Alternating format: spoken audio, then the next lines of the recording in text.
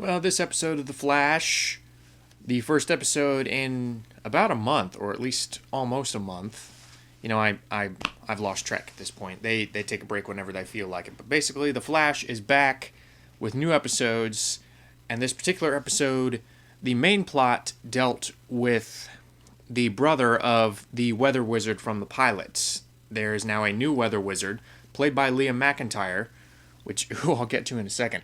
But the brother of the weather wizard from the pilots, who was killed by Joe West. He was shot and killed by Joe West, and now the brother wants revenge. Now that's the main plot. Secondary plots include, Barry still conflicting with having or still trying to have another relationship with Linda Park, still played by Malise Zhao. I hope that's how you say her name. If not, I apologize.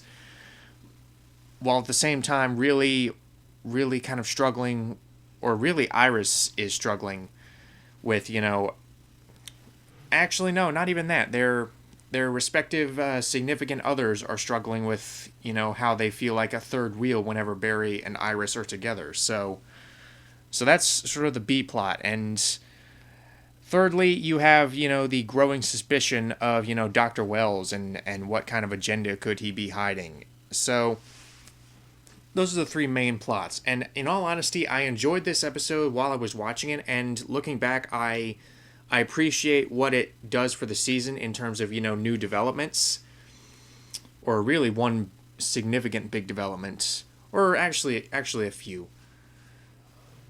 But as an episode itself, I think it fares a little less well than actually some others, or a lot of others actually. Not to say the episode's bad, because like I said, it is entertaining, and there are good narrative aspects about it. First of which is the villain. I liked Liam McIntyre as the Weather Wizard. I think he was much better than the guy before.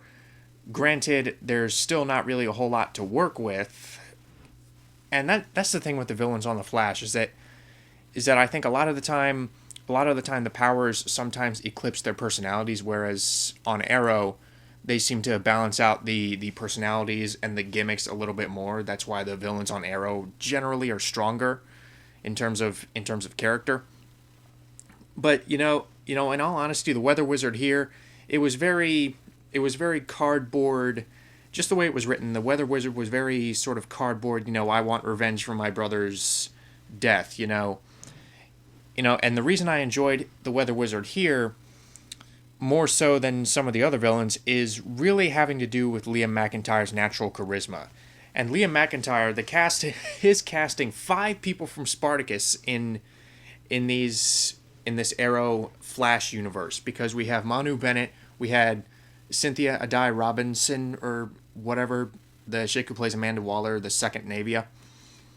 You have Katrina Law, you had Nick Tarabay, and now you have Liam McIntyre, Spartacus himself, in these, or at least the second Spartacus, in these shows. Who's going to show up next? I keep waiting for Peter Mensah to pop up as one of these villains, but that I digress. So Liam McIntyre, his natural charisma is really what sort of boosters my enjoyment, or sort of bolsters my enjoyment of this character, more so than the way the character was written, because the character was written to be really, really pretty dull, honestly. Although I really did like the use of his powers. I liked how he was a lot more precise than the previous Weather Wizard, who was just as you would expect. He conjures up storms, and really that's his gimmick. But this Weather Wizard, he was much more precise in that he could conjure up a big ball of hail and launch it at his enemies. He could actually isolate. He could actually have really isolated rainstorms. So yeah, I really liked the way that they utilized his powers, but personality-wise, I think he could have been a little better. And the only reason I enjoyed him as much as I did was, again, because of Liam McIntyre. And by extension, I think the plot with Joe West could have been handled a little bit better than it. Well, no, it was actually the most compelling plot line in the episode, if we're just talking about self-contained plot lines rather than the seasonal arc involving Dr. Wells and the flashpoint that they seem to be setting up. Because that was honestly the most interesting arc in the episode, period. But if we're just talking about episodic storylines, then the Joe West stuff was good. Really, the stuff that felt out of place was the stuff, basically everything involving Barry's love life. Because we have this very suspenseful situation where this dangerous metahuman is coming after Joe West specifically. And he's really sort of grappling with, how long do I sit here and do nothing while other people take the fall for me? Because the captain or whatever, this background character, he actually leaps in front of one of Weather Wizard's lightning bolts, and they basically say, he may never walk again. So that stuff was good. It was generating fairly compelling drama. Except the stuff with Barry and Iris, it seemed like a completely different episode.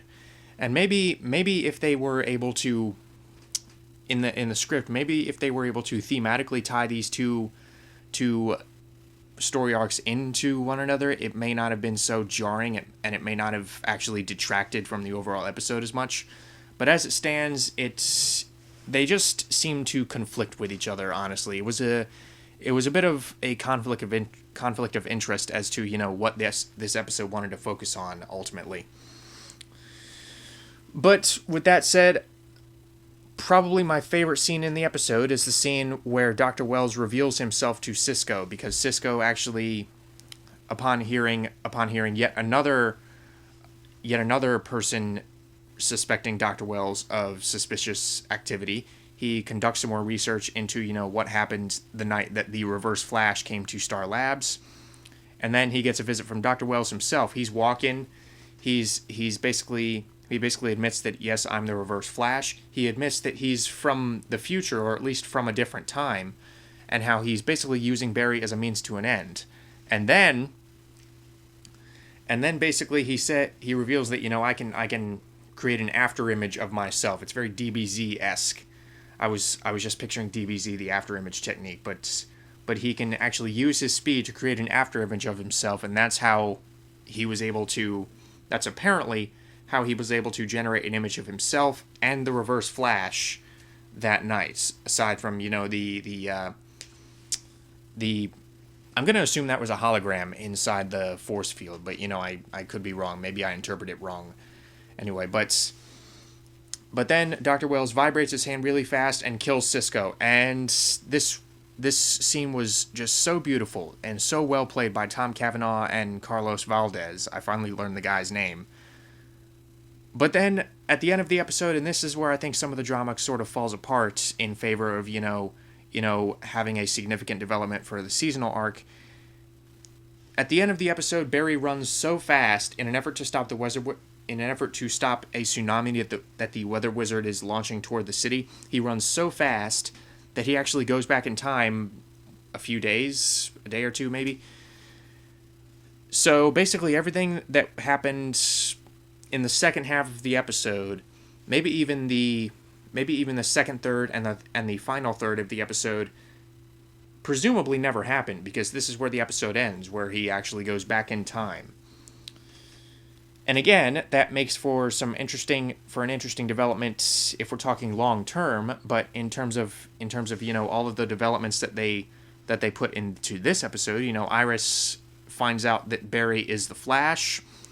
Cisco is killed after he learns that Dr. Wells is the Reverse Flash.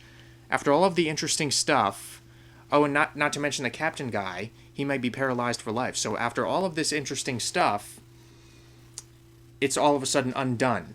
And this may just be my sort of sick side talking, but I honestly kind of wish they left him dead. Cisco, I mean.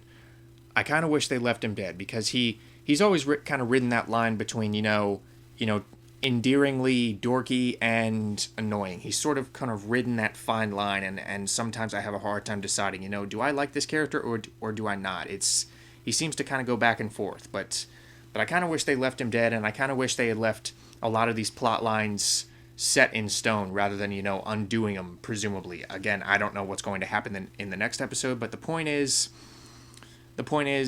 this episode worked well in developing long-term long-term plot points and plot threads in, the Flashpoint and the backstory of Dr. Wells. But if we're talking a self-contained episode, I think the whole time travel thing really sort of diminished some of the drama.